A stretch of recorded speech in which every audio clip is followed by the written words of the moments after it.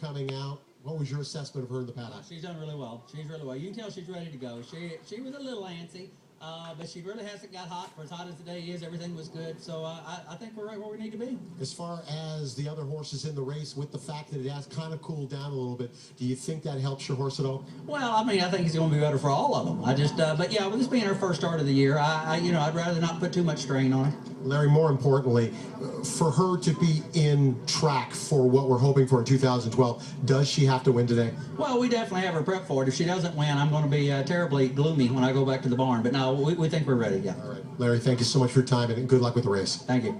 All right. Let's train Larry Jones, guys. Thank you, Peter. The New Orleans Ladies Stakes is up next. And Aaron, show plunge? You know what? $650,000 in the show pool. $645,000 of it is Havre De Grace. Peter and Katie, it's all yours for the feature at the fairgrounds. Thank you, Kurt. Thank you, Aaron. And welcome, everyone, for the first time here at Fairgrounds, the third edition of the New Orleans Ladies and the return of Havre De Grace. It's been a big moment we have been waiting for at the fairgrounds. She's been wintered here for several months. She's been training well over the main track in the mornings. Well, the horse of the year, Havre De Grace, makes her first start of the season, and there's many eyes set on her. She's sitting at 1-9. Out on the track, and Havre De Grace in front. Havre De Grace here in front of everyone now has not been seen since November 5th, a fourth, and a good fourth in the Breeders' Cup Classic back at Breeders' Cup. Yeah, but she has many graded stakes wins under her belt. She actually ran against the boys and won in the Woodward and came back and faced the girls again in the Beldame and won easily that day. So this is one classy mare, and it looks like she's ready out in the post parade.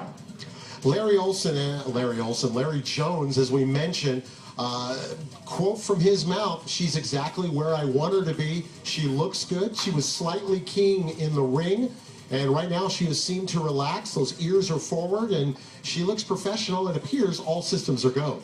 She sure does, and the race setup's well for her. You have two horses that possess early speed with the one horse, Sterling Madam, and the 5, Juanita. If those two hook up, it sets up for her to have the perfect trip and make a big comeback. Now, what do you do with Juanita on the outside? Obviously, a speed horse who, if in the event Sterling Madam decides they want the lead, can probably track off this horse. Let's not forget, Juanita was the winner of the Indiana Oaks back in 2011.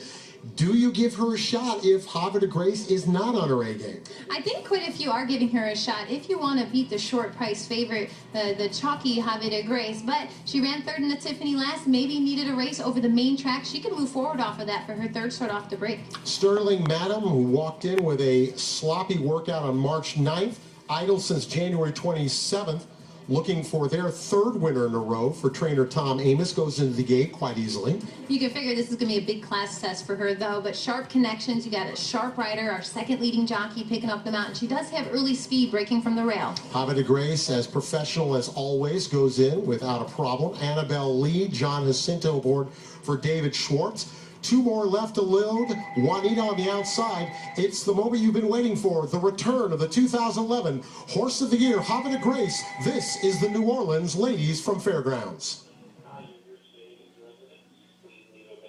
They're in the gate.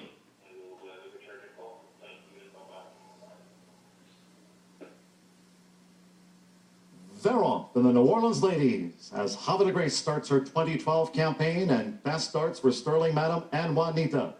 Havre De Grace right there too, Annabelle Lee and Distorted Love. Last of the 5 at the first turn, and Sterling Madam in front. So Sterling Madam goes some 2 lengths clear from Juanita, and Havre De Grace is right there third, going to the back of the track. Annabelle Lee fourth by 3, and Distorted Love trails. 8 lengths from leader to last, and in front it's Sterling Madam. Sterling Madam takes the field through an opening quarter in 23 3/5 seconds, leading by a length and a half. Juanita is second by that same margin. Horse of the Year, Havre De Grace, gallops along at her own pace from that third spot for Ramon Dominguez, and then Distorted Love and Annabelle Lee running in 5th. Sterling Madam, Juanita, Havre De Grace is third at the half-mile pole. Then a ground-saving Distorted Love, and Annabelle Lee remains last. A half mile in 47 2/5 seconds. So Sterling Madam takes the field into the far turn. Sterling Madam and Juanita. 3 furlongs to go. But looming, Havre De Grace. And there she goes now. Midpoint on the turn. And Havre De Grace has now come to the forefront at the quarter pole. And Juanita looking to battle the horse of the year. Havre De Grace wide at the quarter pole, looming in front of Juanita. Then Sterling Madam, District 11, Annabelle Lee. Havre De Grace in charge now into this final Fairgrounds furlong. Havre De Grace pulls away by 3. Juanita second, and then further back Sterling Madam. Havre De Grace in a league of her own with a win of championship class. Havre De Grace wins in style. Juanita second, Sterling Madam, District 11, Annabelle Lee. Havre De Grace in 1:42-3 for this magnificent mare. A roar from the crowd, and 2012, the beginning of hopefully a long campaign this year for Havre De Grace. She really showed she was a class act. She couldn't ask for a better trip for her first start of the season. Havre De Grace for Fox Hill Farms and Rick Porter and Larry Jones. 23-3, 47-2, 111-3, 136-7. Final time 146 and change. Havre De Grace, congratulations out to Larry Jones, Fox Hill Farms, and Ramon Dominguez. We'll be back with more interviews and all from Fairgrounds. Right now, we go back to Kurt Hoover.